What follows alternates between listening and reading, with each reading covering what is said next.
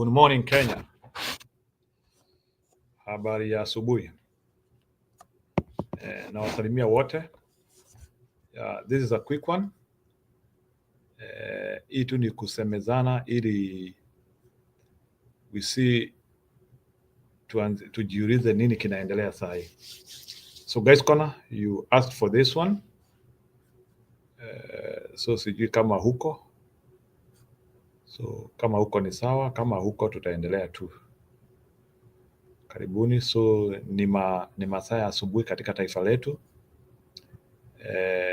Tunatarajia watu wanaenda katika makanisa zao kuomba, kuabudu, to pray for the nation so that we can get revival, ili tukue watu ambao wamebarikiwa. So naomba hiyo neema ya Mungu atubariki even as we try to save our nation. Sisi ni watu ambao wanaamini Mungu and we believe in godliness. Yes, welcome. Ukiingia kwa kituo unasalimiana. So we believe in godliness. We believe that Mungu anatenda. So ni mambo gani inatendeka katika dunia? Among the many things which have happened in the world, kuna mtetemeko mkubwa sana wa ardhi uligonga jana na uliua watu wengi sana. Lakini pia kuna crisis ya Southern Sudan, na nimeona pia Guterres yeye mwenyewe amepeana recognition. So sijui bwana Raila Odinga ambaye alitumwa huko Southern Sudan alifikisha wapi. So good morning Kenya. Ni katika hali ya kupigania taifa letu, tukiwa tunahisi ya kwamba we can actually do more. So ukiingia kwa kituo unasalimia watu. So it's my prayer that we are doing the right thing. So watu wanaendelea kuongea na Mungu anatenda. So karibuni sana. So naona earthquake so far ni watu ngiri. Those are people confirmed dead following the earthquake. Huko ni Middle East. Yeah, sorry. Earthquake is a bad killer. Earthquake kwangi mzuri. Earthquake is a bad killer. Tulizika msichana wa Beatrice Elachi jana. That one is also something we can also follow. So those are some of the things which are happening.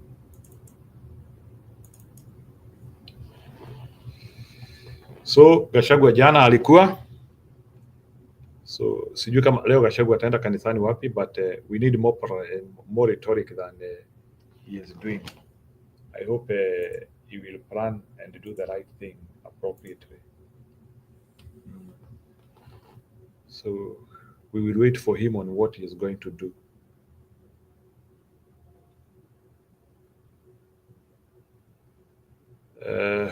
Naona hapa kuna mabishop. Yes, Mwamba karibu.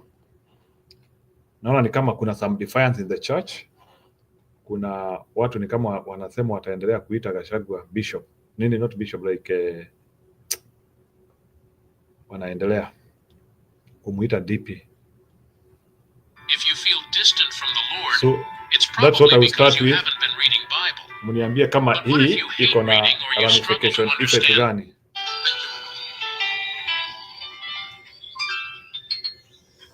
Okay, nataka kuwa nafasi hii niweze kuwasalimia nyinyi wote ambao mmehudhuria katika afra hii ya siku ya leo. Bwana Yesu asifiwe. Amen. Niko na dakika chache sana kuweza wakaribisha waheshimiwa wetu. Tunashukuru kwa sababu ya kuwa na mheshimiwa wetu Rigathi Gachagua, Deputy President. Bado tunasikia kukuita hivyo kwa sababu kura zetu bado hatujarudishiwa. Pale zile kura mtakuta kura za Deputy President na tulichagua watu wawili. Kwa hivyo Mheshimiwa Jane Kihara maana wewe ndio uko katika nyumba ya sheria. Mbadilishe katiba, mseme mmoja akienda wanaenda wote. Kwa hivyo tunashukuru sana, tuko na nyinyi wote. Okay, good. Nashukuru sana. Huyo ni bishop wa pale Naivasha. Anasema kuwekwe sheria, kusikue kunaenda mtu mmoja, wanaenda nyumbani wote wawili. Lakini hiyo inawezekana? Si watakuwa makateli sasa? So hapo sioni vile like ni kama anajaribu kusema kusikue na hiyo mambo ya kugawanisha. So Bwana Mwamba, you need to advise us on that. Hii mambo ya kugawa inaleta shida, ati deputy president anaenda peke yake, president anaenda peke yake.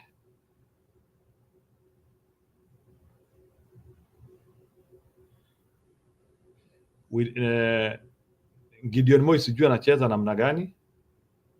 We are waiting to see.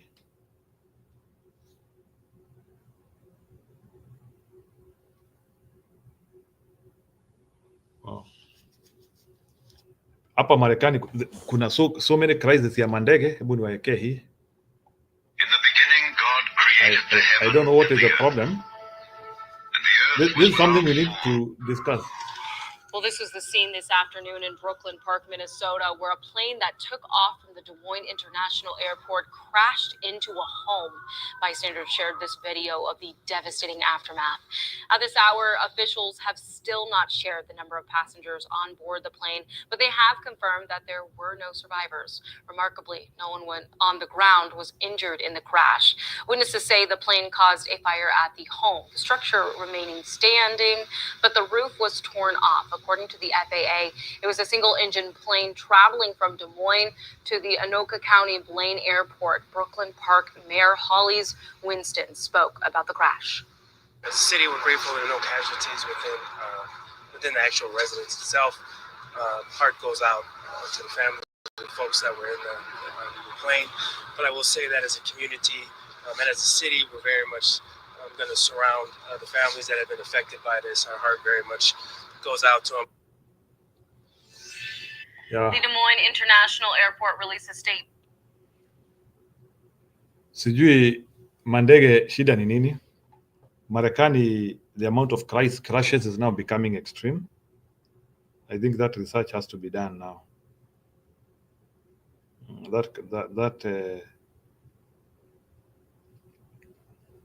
Karibuni sana wale mnaingia. Nakaribisha hapa. Sijui kama Mwamba unataka kuingia leo kuingia, so naweza kugonga link. Hii tu ni ile kasho tunafanyanga ya jioni, just kuinclude watu, so hiyo ndio link.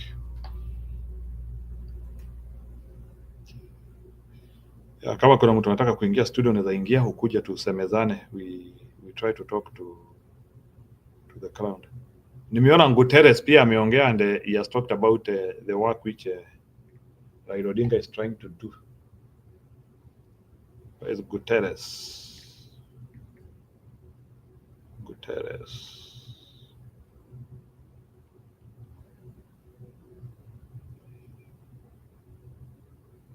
Guterres ameongea leo. But he is the former Prime Minister of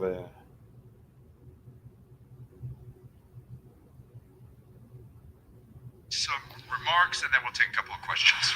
Let me begin by addressing some breaking news.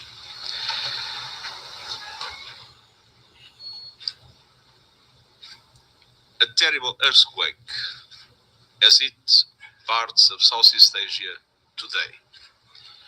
And we send our condolences to the governments and peoples of the region. The United Nations system is mobilizing to help those in need. Ladies and gentlemen of the press, I want to focus today on the dramatic and dire situation that is unfolding in South Sudan. All the dark clouds of a perfect storm have descended upon the people of the world's newest country and one of the poorest. A security emergency with intensifying clashes, aerial bombing of civilians, including women and children, the presence of external forces, and an ever-growing regional dimension to the conflict. Political upheaval, culminating most recently with the arrest of First Vice President Riek Machar. The peace agreement is in shambles, a humanitarian nightmare, with about 3 out of 4 South Sudanese needing assistance, half the population severely food insecure, and cholera breaking out. A displacement crisis, with more than 1 million people crossing the border from Sudan since fighting began there. And an economic meltdown, with oil revenue plummeting and inflation skyrocketing 300%. Finally, a funding crisis, with much of the already limited humanitarian and development aid drying up. Meanwhile, ethnic and political targeting by security forces, coupled with the spread of misinformation on social media, is lighting the fuse for even worse. Let's not mince words. What we are seeing is darkly reminiscent of the 2013 and 2016 civil wars, which killed 400,000 people. Our UN mission in South Sudan is working around the clock to ease tensions, engaging all parties, and boosting protection of civilians. But we face operational limitations. For the sake of the long-suffering people of South Sudan, it's time for dialogue and de-escalation. The Horn of Africa is already in turmoil and cannot afford another conflict, nor can the people of South Sudan. To the leaders of that country, I say, end the politics of confrontation. Release detained military and civilian officials now. Fully restore the government of national unity and vigorously implement the promises you made through your commitments to the peace agreement, which is the only legal framework to peaceful, free and fair elections in December 2026. I also urge the regional and international community as guarantors of the peace agreement to speak with one voice in support of the peace process and against any attempts to undermine it. I just spoke with the chairperson of the African Union Commission this morning. We fully support the AU initiative to deploy the panel of the wise, as well as the efforts of Special Envoy of President Ruto of Kenya. And we'll be working in close cooperation with the AU and IGAD. The people of South Sudan are close to my heart. On my very first visit as High Commissioner for Refugees, I was several days with South Sudanese refugees, and years later, I accompanied them across the border, finally on their way home. And I will never forget the decency at their very core. They had such enormous hopes and aspirations, but unfortunately, not the leadership they deserve. At this critical hour, the people of South Sudan need an infusion of support, diplomatic and political support for peace, and financial support for life-saving aid. South Sudan may have fallen off the world's radar, but we cannot let the situation fall over the abyss. Now more than ever, the leaders of South Sudan must hear a clear, unified, and resounding message. Put down the weapons. Put all the people of South Sudan first. Thank you. Thank you. Ndio hiyo ni crisis ya Southern Sudan. Guterres amesema Raila Odinga amekuwa deployed na kuna kitu inaitwa the Commission of the Wise. Sikujuanga kuna kitu kama hiyo. Kuna yani, I hope they are wise people who can be able to end this crisis. The Commission of the Wise. Wow. What a good name from the UN agency. The Commission of the Wise. So, wacha nirudi kwa taifa letu la Kenya na niseme ya kwamba ni jambo la busara sana. Wakenya wanaendelea kuelewa demokrasia yao, ama ni nchi gani wanakuwa nayo. Wakenya wamekuja kujua ya kwamba hawajai kuwa huru, na yale mambo yote ambayo wamekuwa wakifikiria yanafanyika katika maisha yao hayafanyiki. Kenyans have just discovered that they have been living an illusion. Kenyans have just discovered that they thought they owned a country, but they don't. Kenyans have just discovered that they thought that they have a leadership, but they don't. Kenya has just discovered that they had taken their country into the long trajectory of progress, but they have not. Kenyans have just discovered they just hold their nation in the annals of peace through the glory of the Lord. There's no any human intervention, and things have never worked. Poverty is rising. Medical crisis is increasing. Lack of basic amenities, lack of water, contamination, lack of infrastructure, lack of tranquility of personalities, lack of social services, lack of leaders with empathy. Those are all the things which have bedeviled our country since independence. However, that situation has never been in a dire crisis as now. Long time ago, we always thought that the government worked for people. Long time ago, we always thought that our countries work for people and delivers for people. Little did we know that our elected government officials are only there to steal from us, to destroy our country, to stash money in abroad, cause mayhem, cause division, and do all the other bad things in our economic system.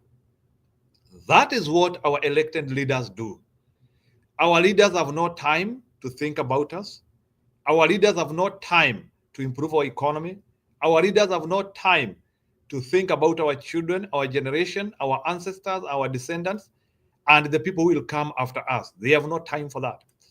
The only time our leaders, our elected leaders have is time to steal, is time to destroy the country, is time to collude, is time to do business with the government, is time to cause havoc, is time to ignore us. All that time they have. But it doesn't need to be that way. A country can rise. It doesn't need to be a country in crisis. It doesn't need to be a country under destruction. Our country can change. Our country can become a rising star in the hill. That is only if Kenyans decide. That is only if Kenyans say that the state of their country depends with what they do today. That is the challenge which we have in this millennium. That is the challenge we have in this century. And that is the challenge we have in this decade. Why? Our country has never reached a level where it needed a thinking population as is needed now. Our country has never been at such a point where Kenyans have to make that rational decision, and they ask themselves, which country do they want their children to live in? Those are the questions which Kenyans have to ask and answer themselves. Which country do they want their kids to live in? Which type of leaders do they want? Do we want a president whose work is to talk and no work, just to loiter around, pretending he's launching projects and nothing is happening? Do we want leaders who only when they are working, they are thinking about how they are going to steal from us? Do we want leaders who the only time they are thinking about us is when they are thinking about how they are going to come and bribe us so that we can vote for them again? Those are questions we have to answer. We cannot live crying and saying that our nation is at a decline, yet we don't want to offer solutions which can actually change our country. Our country is on the verge of collapse.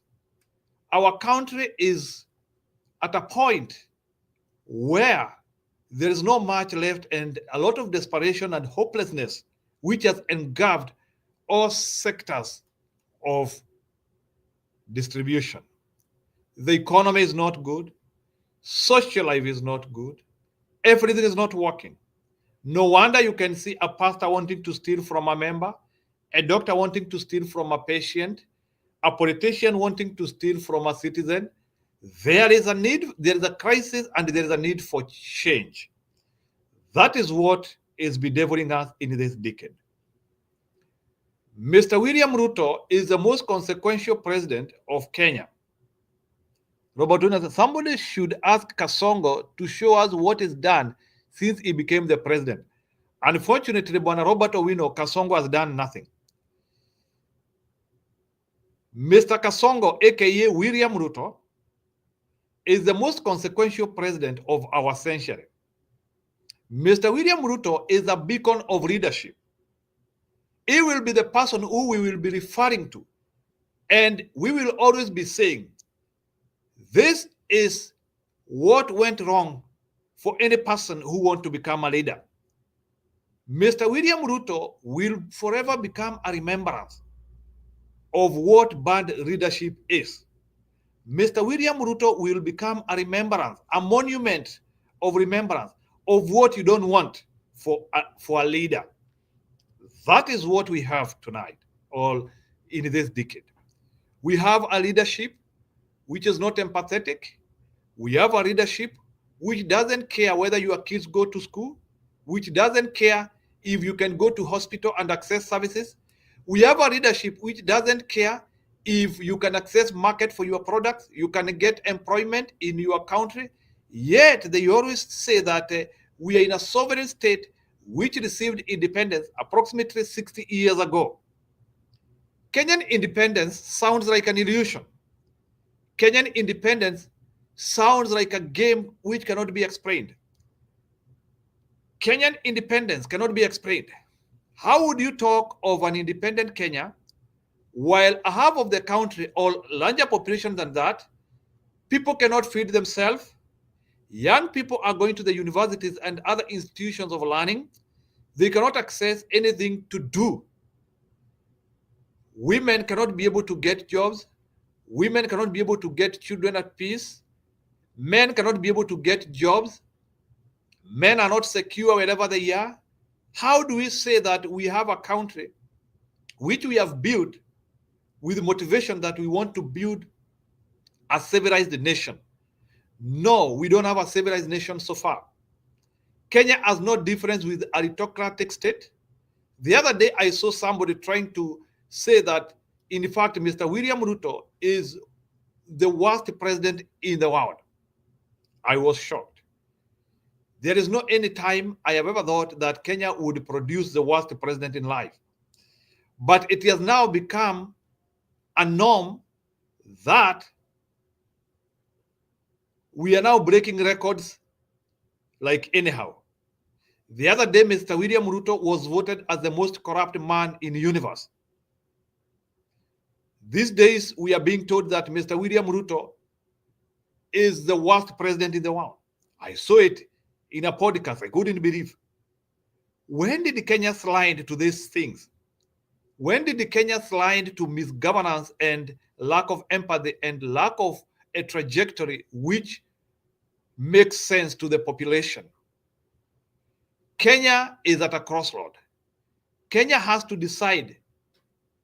Does Kenya want future or does Kenya want demise? Death. Kenya has to choose. Kenya cannot choose two paths.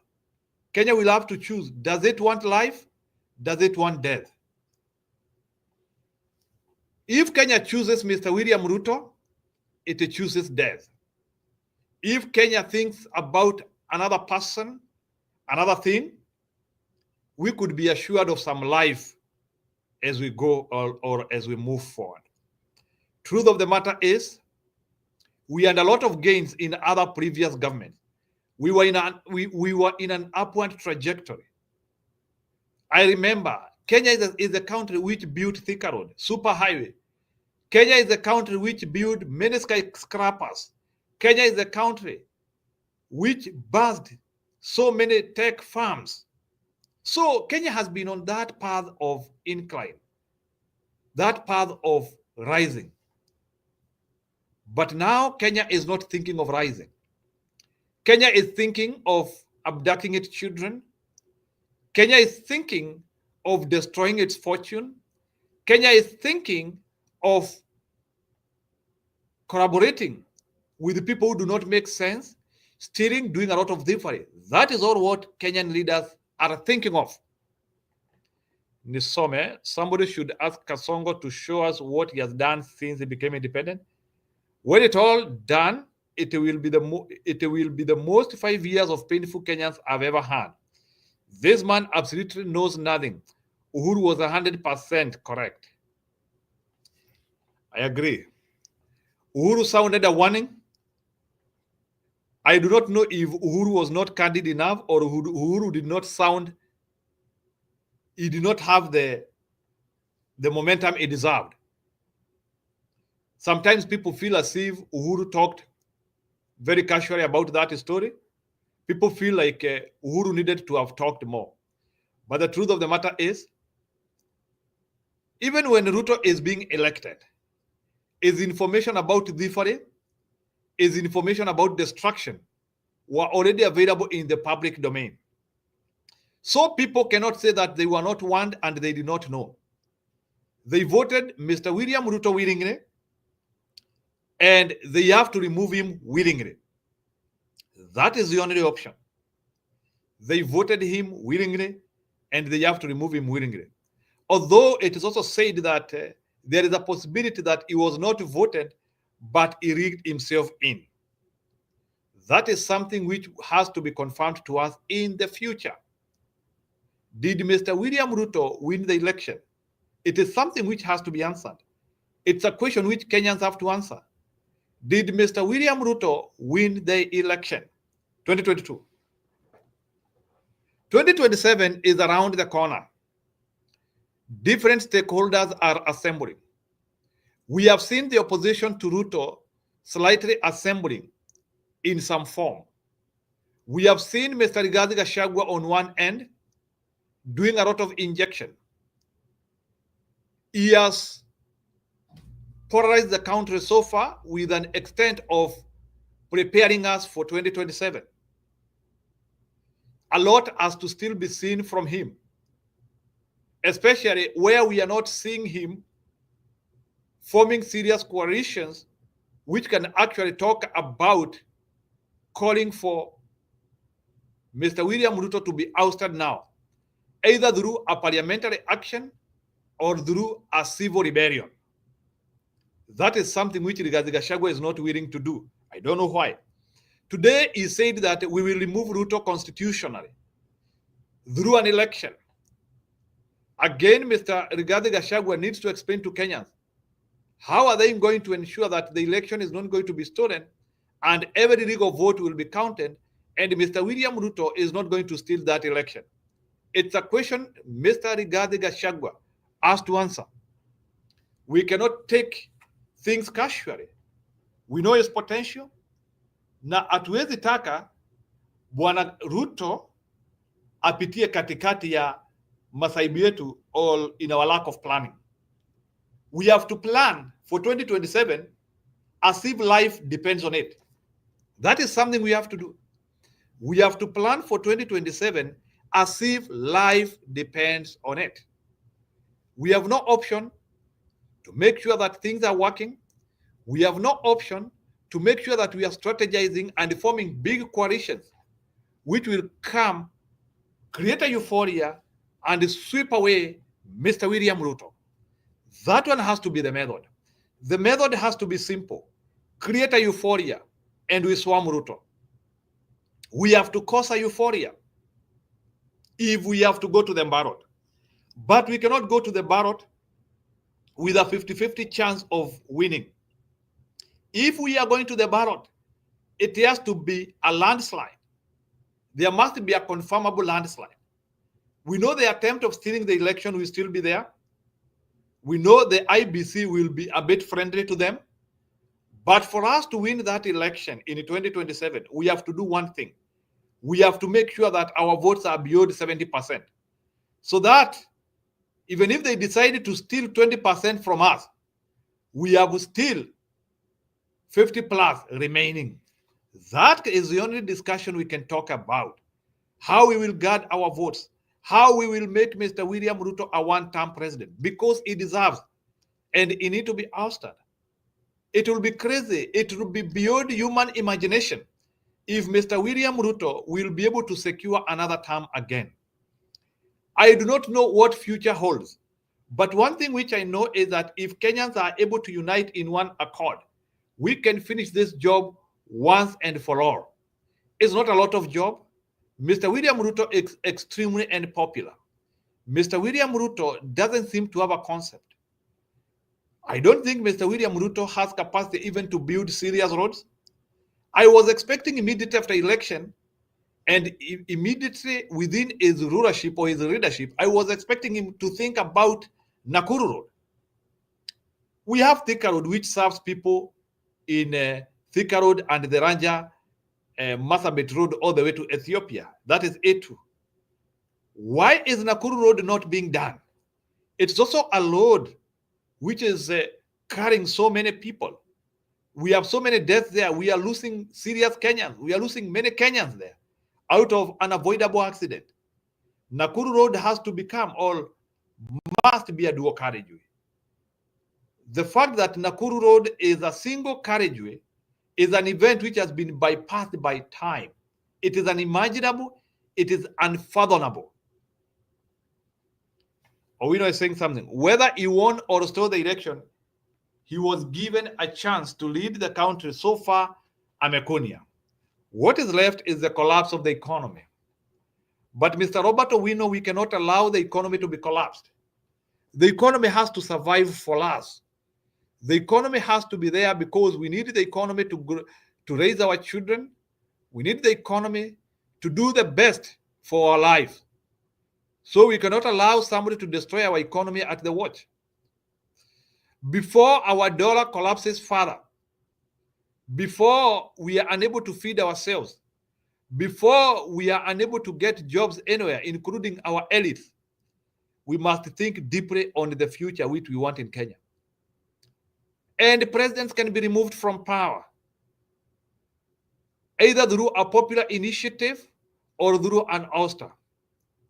There is no way a country in any part of the world should accept incompetence as a way of life.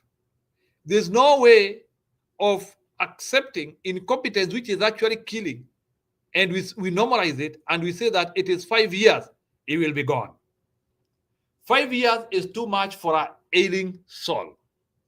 5 years is too much for a kid who cannot go to school or who cannot access government services to have proper education. 5 years is too much for infrastructure to wait. 5 years is too much for abductions. 5 years is too much for bad things happening in the government.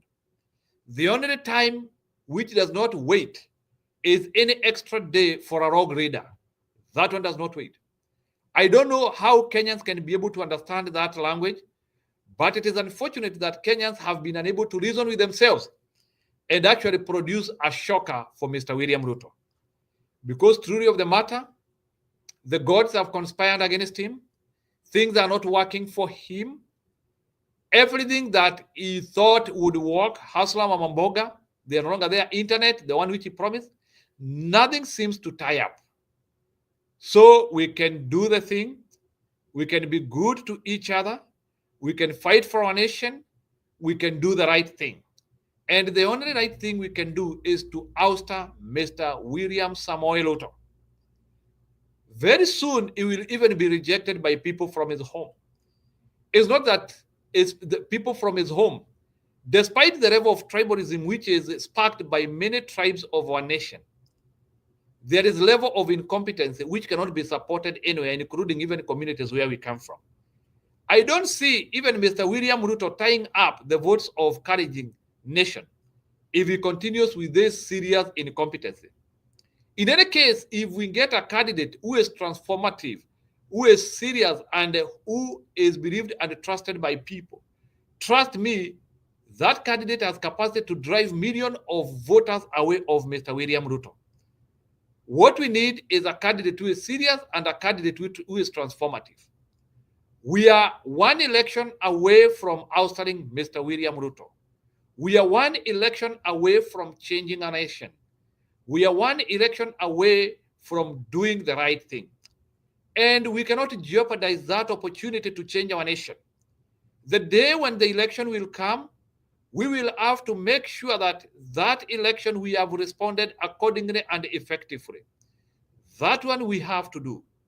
We have to momentarily forget that we come from different tribes.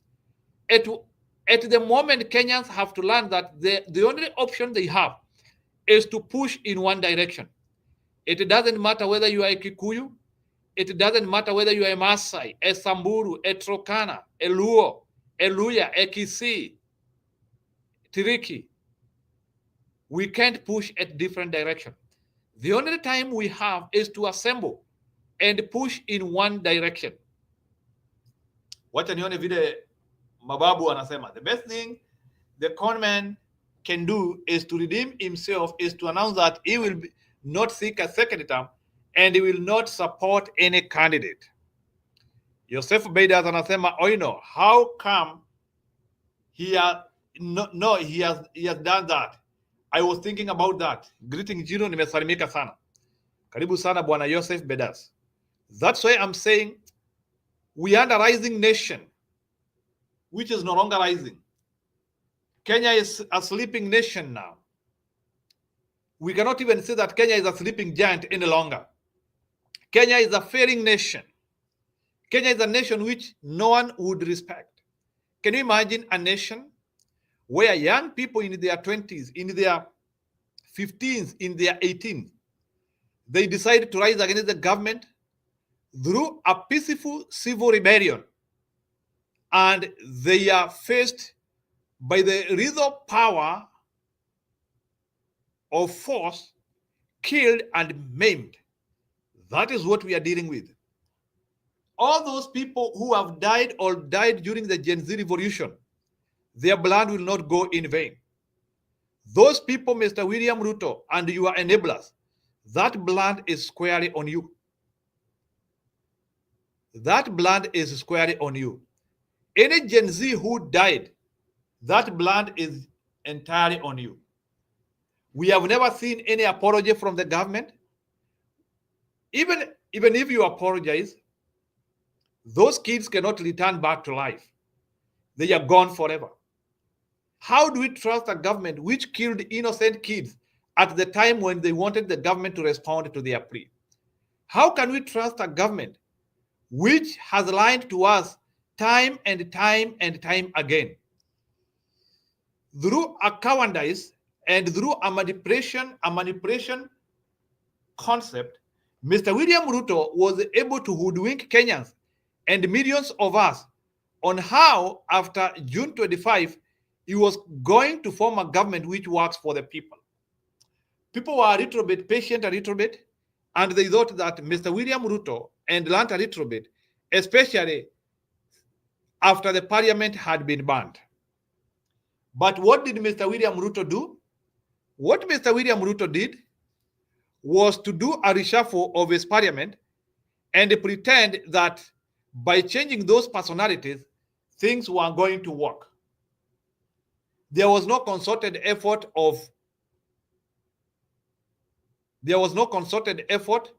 fighting corruption, which the young people had talked seriously about.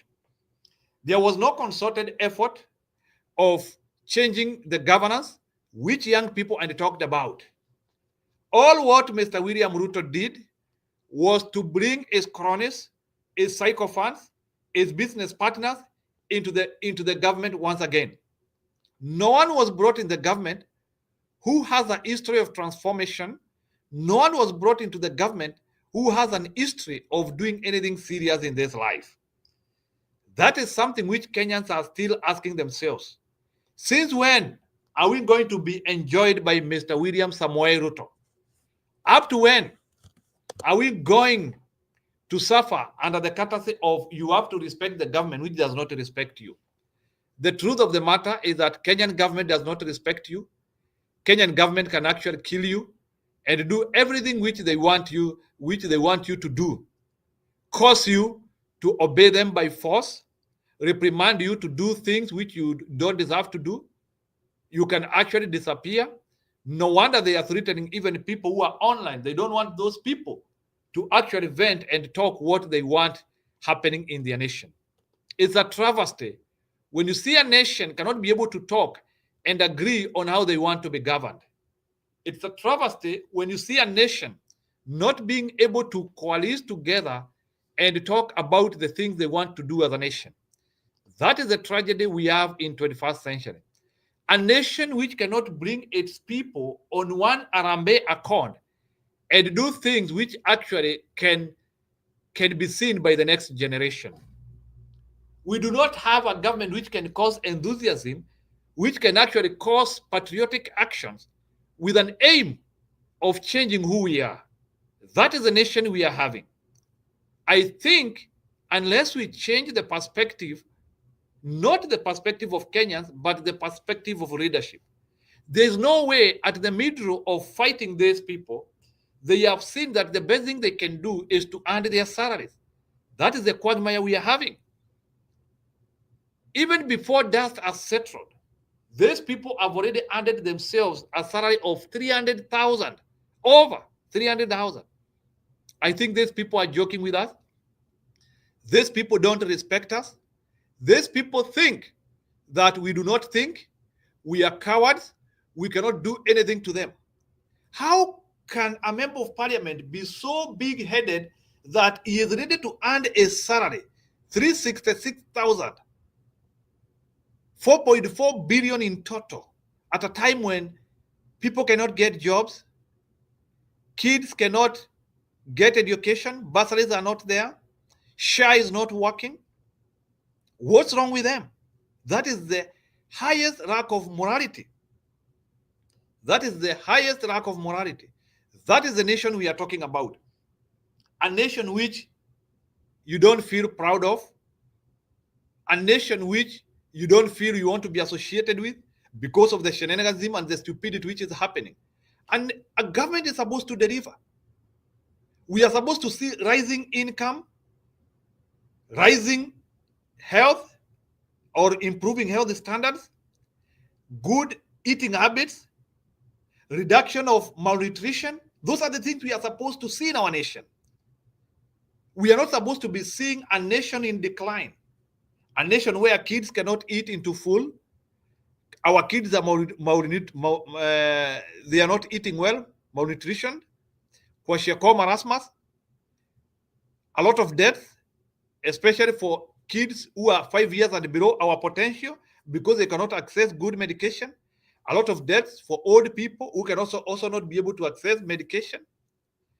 Big hospital bills because you have only to go to private sector where you can be able to access that. Although we also had in the private sector also, the government has not been paying its fair share there. That is the quagmire we have. A government which cannot deliver anything. Since Mr. William Ruto got into power, approximately close to 3 years ago, he has delivered nothing. He has delivered nothing. It is so unfortunate. We thought that we were a nation on the path, but it did not happen. But our situation doesn't need, we don't need to lose hope. Our situation doesn't mean that we need to be that way. In fact, our nation can change through our action, through our thinking, through our collaboration. Civilians can unite and decide the destiny of what they want. Mr. William Ruto is not a man that he decides for us. It doesn't have to be that way. Kenyans. Kenyans, it doesn't have to be that way.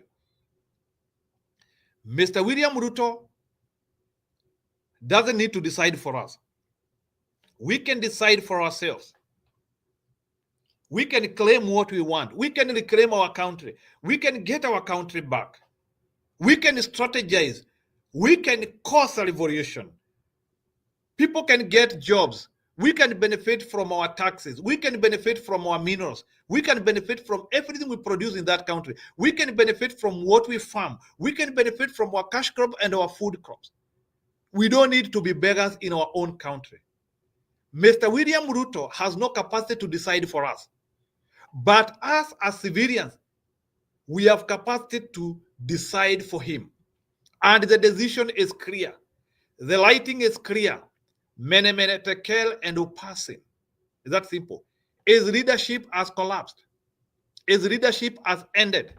I don't think even a chicken can swallow water or can swallow a bean before Mr. William Ruto is gotten out of power. I think he is on borrowed time. It's only that something has not happened. But I think Mr. William Ruto is on borrowed time, if I was asked. Wacha nione vile marafiki wanasema. It is a failed government zero and they don't feel any remorse. Even the military and the civilians know it. Why are they the people that matter do something? So ni kama unauliza, yes, sijui ni kama Wakenya wanangojea wafikwe kona zaidi. Actually, Jiro the Young will suffer until 2040. Joseph Baidas, it doesn't need to be that way. It doesn't have to be that way. We can decide our destiny. We did not choose to be Kenyans, but we can choose the Kenya we want. It's that simple. Yes, we all found ourselves being Kenyans, but we can choose the Kenya we want. We can say this time around, we want our nation to change. We want our nations to build. We want our nation to become first world. It's not that we were born or we are children of a lesser God. We are children who will always be suffering. It doesn't have to be that way. In fact, we can change our destiny. Mungu ametupea maarifa na ametupea akili. Haiwezekani akili ya mtu moja inashida akili ya watu milioni 50. It can't be that Mr. William Ruto brain surpasses all of us. It can't be. We have to put into task the 55 million brains. Hiyo ni kutusoma. I don't think Mr. William Ruto has capacity to decide for us and to think for us. I think all the strategies he placed in the government, because he had no willingness to do anything important, have not worked. The only thing which is working is stealing. The only thing which is working is abduction. The only thing which is working is collusion. The only thing which is working is conflict of interest. And giving girlfriends and wives and close allies jobs. That is the only thing which is working. But all the other things which concern us as civilians are not working. Schools are not working. Hospitals are not working. People are not working. Infrastructure is not working. Nothing is working. We are blessed. We have everything in Kenya. He is not only messing with the Kenyans, but neighbors too, and international relations. Yes, Speaker Hill, I saw that. He just recognized Kosovo as a sovereign nation against the will of Serbia. Somaliland is also wishing to be recognized as a country. That is the quagmire we find ourselves in. A president who is not equipped enough, in sheer incompetency. Let me call it that way, sheer. There is a difference between incompetency and sheer incompetency. Sheer incompetency means incompetency that comes with the speed. Sheer. It is shearing. Sheer incompetency. Mr. William Ruto is an incompetent leader. And I hope even those people who are enabling him, Mr. Raila Odinga, how can you support incompetency, for heaven's sake? Stop supporting incompetency, my dear. What is this Kaongo trying seriously? Actually, let me tell you, even somebody who has not gone to school can manage Kenya well. Whatever Mr. Ruto is doing, I think it is deliberate. I think he decided to destroy that country for good. I think whatever he is doing is deliberate. Ile tu nasema tu acha niharibu hii kitu iende kiendanga. It's deliberate. total chaos of destroying a good country which has survived for so many years. We were there before independence. Kenya has existed since creation. But now we are under existential threat of demise 2 years after the leadership of Mr. William Ruto. That is the quagmire we find ourselves in. That is the quagmire we find ourselves in. So please, kama kuna mtu anataka kuingia studio, nitaomba muingie. Bure nitafunga kituo sababu Njiru, why would he do it deliberately? He would do it deliberately because he wants us to be poor so that he can continue, his generations can also continue stealing from us. Whatever Mr. William Ruto is doing is deliberate. He is just doing it deliberate. It's a deliberate intention to destroy a country. Joseph Biden, it is deliberate. It cannot be like he doesn't understand what he's doing. Through our taxes, he has access to serious advisors who can actually tell him what to do. It is not lack of advisors, Bwana Joseph Biden. It is a deliberate effort to destroy a country on a rising path. And it is so unfortunate. It is the most unpatriotic thing which can happen in human life. Deliberate destruction of a very civilized country. Good. Nawangojea tafadhali. Nawangojea.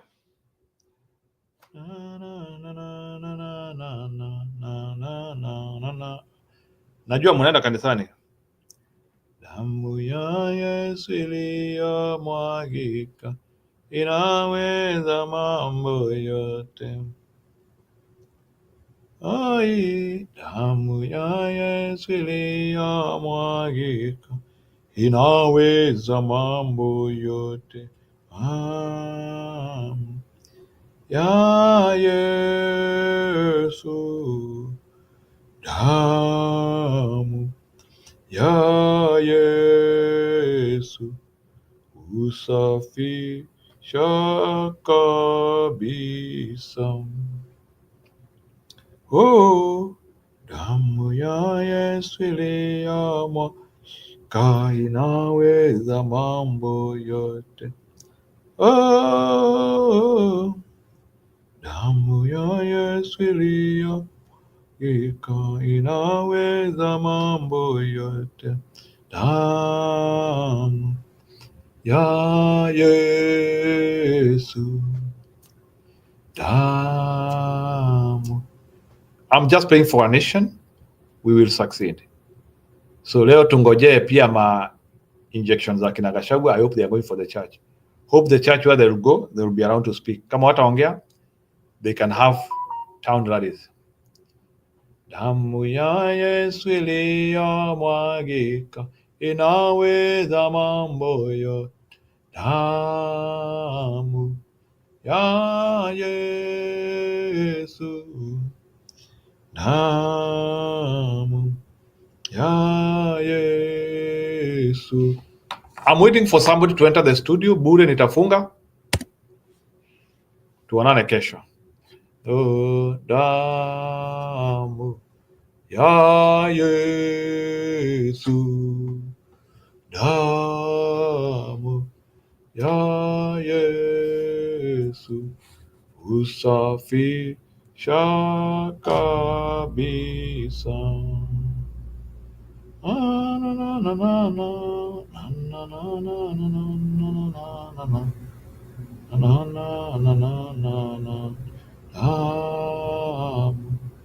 ya Yesu, damu ya Yesu, damu.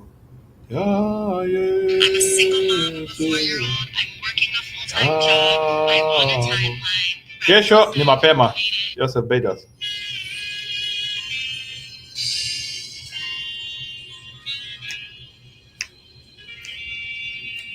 Kesho ni after news 9:30.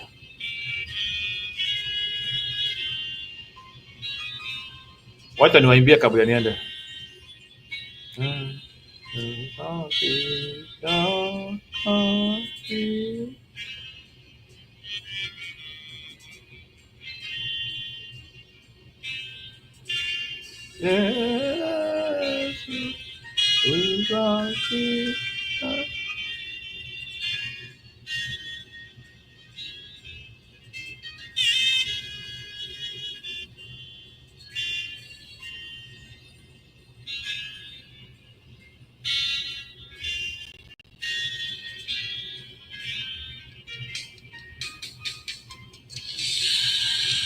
Damu ya Yesu, damu ya Yesu, damu ya Yesu, husafisha kabisa. Damu ya Yesu, damu ya Yesu, damu ya Yesu, husafisha kabisa. Damu ya Yesu, damu ya Yesu, damu ya Yesu, husafisha kabisa. Damu ya Yesu, damu ya Yesu, damu ya Yesu, husafisha kabisa. Damu ya Yesu, damu ya Yesu, damu ya Yesu, husafisha kabisa. Damu ya Yesu, husafisha kabisa. Wacha niwaimbie damu ya tiririka.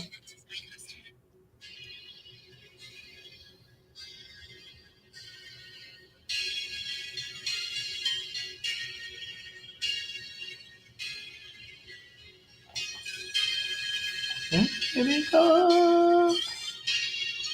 damu ya tiririka.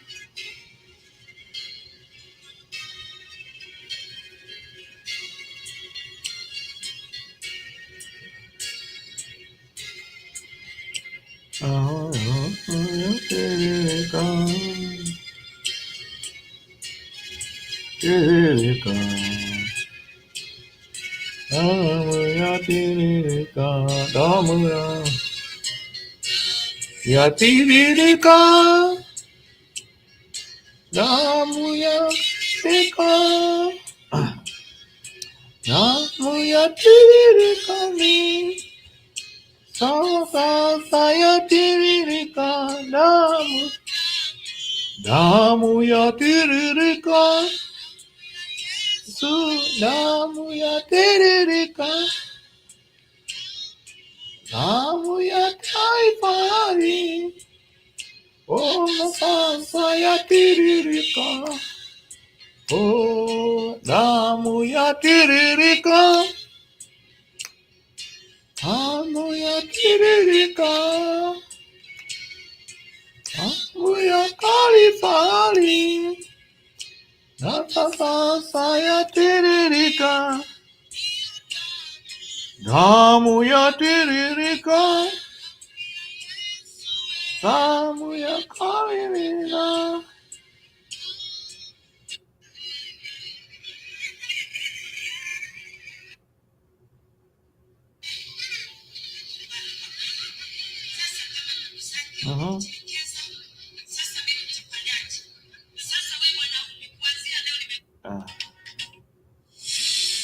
Damu ya tiririka.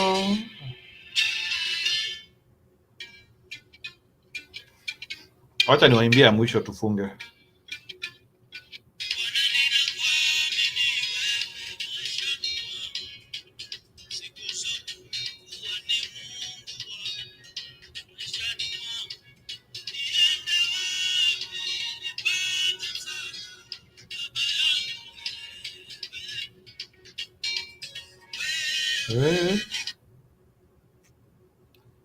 Haleluya Yesu. Anyway, nawatakia Sunday jema. Be blessed.